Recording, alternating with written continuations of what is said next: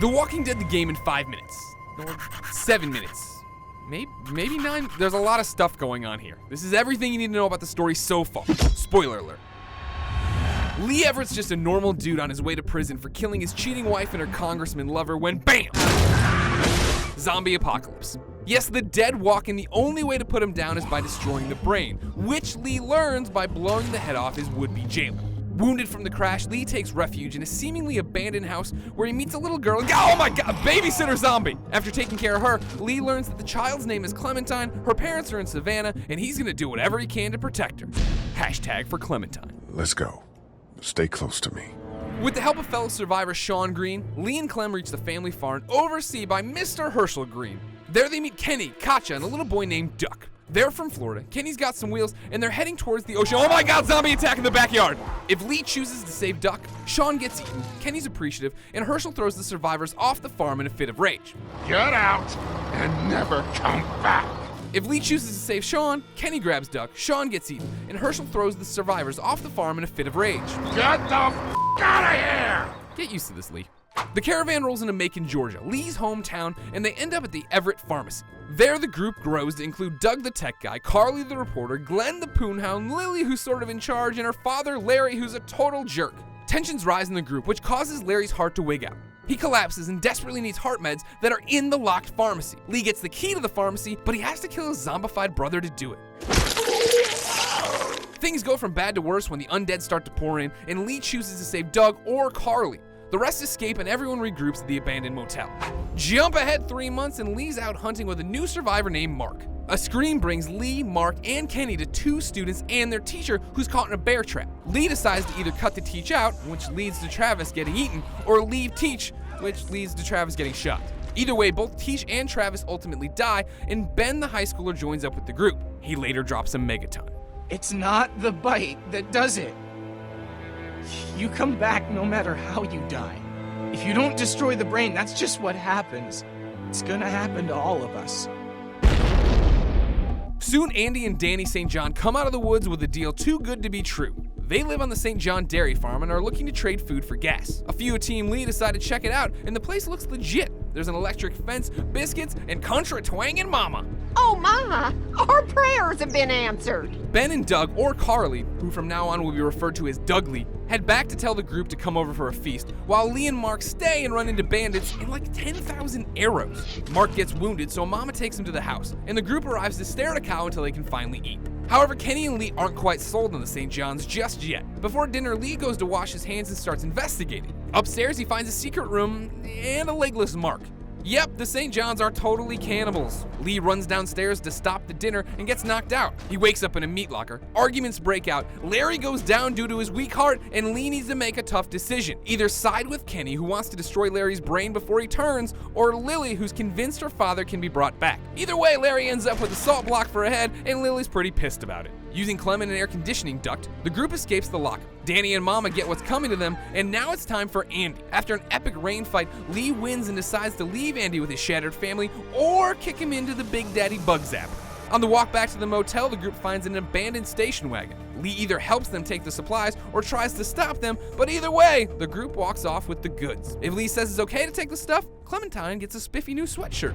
A few weeks later, there's a new problem. Turns out someone from the group has been stealing medical supplies and passing them off to the bandits. Just as Lee discovers the missing drugs, the bandits show up with guns. A bunch of shooting later, everyone piles into the RV for a getaway. However, in the RV, Lily won't drop the whole "someone just screwed this up for everyone" thing. Tempers flare, everyone argues, and Lily shoots Dougley in the head. Now, what the f***'s the problem? Lee decides to either leave Lily on the street or lets her tag along, which doesn't actually matter because they find a train! A drifter named Charles befriends the group, and they get the train running, and oh wait, Doug is bitten. Damn it, Doug. After some drama, the train stops and Kat carries Duck into the forest with or without Kenny, and a gunshot is heard because Kat shot herself. Man, if that wasn't depressing enough, Lee then decides to either end the boy himself or force Kenny, Duck's devastated father, to do it. Do it! Back on the train, things are getting real. Ben confesses he was working with the bandits in an attempt to save one of his captured high school friends. But more importantly, Clem gets a haircut and Lee teaches her how to shoot. The train's then stopped by a dangling gas truck, and everyone meets Krista, a constantly cranky lady, and Omid, a small but funny dude. Through teamwork, they clear the tanker and proceed to Savannah. Everything seems peachy until Clem's walkie-talkie comes alive while she's sleeping and egads! A strange man says he needs to meet her in Savannah no matter what Lee says, because that's not creepy at all. Holy sh**. So, welcome to Savannah. The team is watched by a mystery figure on the rooftops and surprise, walker attack. Ben leaves Clem to get killed, but she's saved by Charles, who buys the group some time.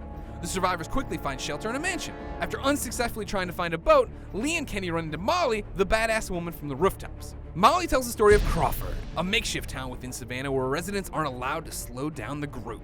They have to be able-bodied or they're out on their asses, or killed. Walkers! Lee gets separated, finds Chuck's dead body, and stumbles upon a group of Crawford exiles. Vernon's their leader, but a total wuss. Lee can either intimidate or convince him to be nice, but either way, Vernon ends up coming back with Lee to help Omid, who screwed up his leg. Clem finds a boat in the backyard, but it needs some parts to work. Parts that can only be found in Crawford. The gang infiltrates the town to find that it's been overrun by the undead. Regardless, they hole up in a school and start gathering supplies. But because he's terrible at life, Ben removes a hatchet that kept the walkers out, so they pour in. Ben confesses to Kenny that he's the reason the bandits came and thus why Kenny's family is dead. The group argues over what to do about Ben, but in the end they flee up a bell tower and Lee gets to choose whether Ben falls to his death or gets to fight another day.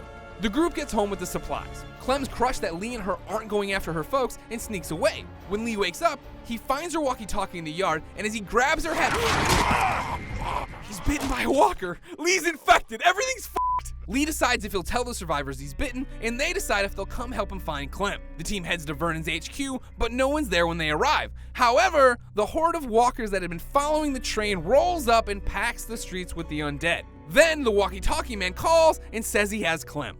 The infected Lee collapses and wakes up with the team about to cut off his arm to stave off the walker infection. Lee decides to cut his arm off or leave it alone, and then it's off to save Clementine.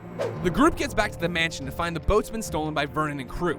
Walkers invade the mansion, and the crew heads out on a balcony. If Ben's alive, the balcony will give out and he'll tumble to the ground. After investigating, Kenny will get separated from the group, trying to save Lee from the walkers coming to eat dumb old Ben. Lee, Krista, and Omid venture towards the hotel Clem's being kept at, the same hotel her parents stayed at, and they get separated. Lee goes crazy badass and kills a bunch of walkers on his way to the hotel. Finds the room Clem is being kept in and has a standoff with the captor. Turns out this guy owned the station wagon that the group stole from way back when. He holds Lee responsible for his family getting killed and intends to talk Lee to death. You're a monster. You're a murderer and a thief. And I'm gonna hurt you so bad.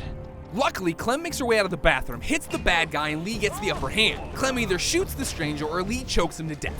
After their reunion, the pair rub some walker guts on themselves to mask their scent from the walkers. Everything goes swell until Clem spots her undead parents. Lee collapses, and Clem is able to drag him to safety in the jewelry store. Lee confesses that he's been bitten and is short on time. He gives her some final life advice and says he will miss her. Clementine will remember that. Lee is given the hard choice of letting Clem shoot him or becoming one of them. Then the young girl sets out on her own and runs into two shadowy figures on a hilltop. Of course, Clem's story is just one tale of survival in the Walker apocalypse. There are still many survivors who toughed it out through the first 400 days. Will Clem band together with them? Can anyone be trusted in a world gone to hell? And will Clem ever get a new hat? Whatever the answers, humanity's will to survive will be pushed even more in the future. Let's hope that Clem has the guts to tough it out.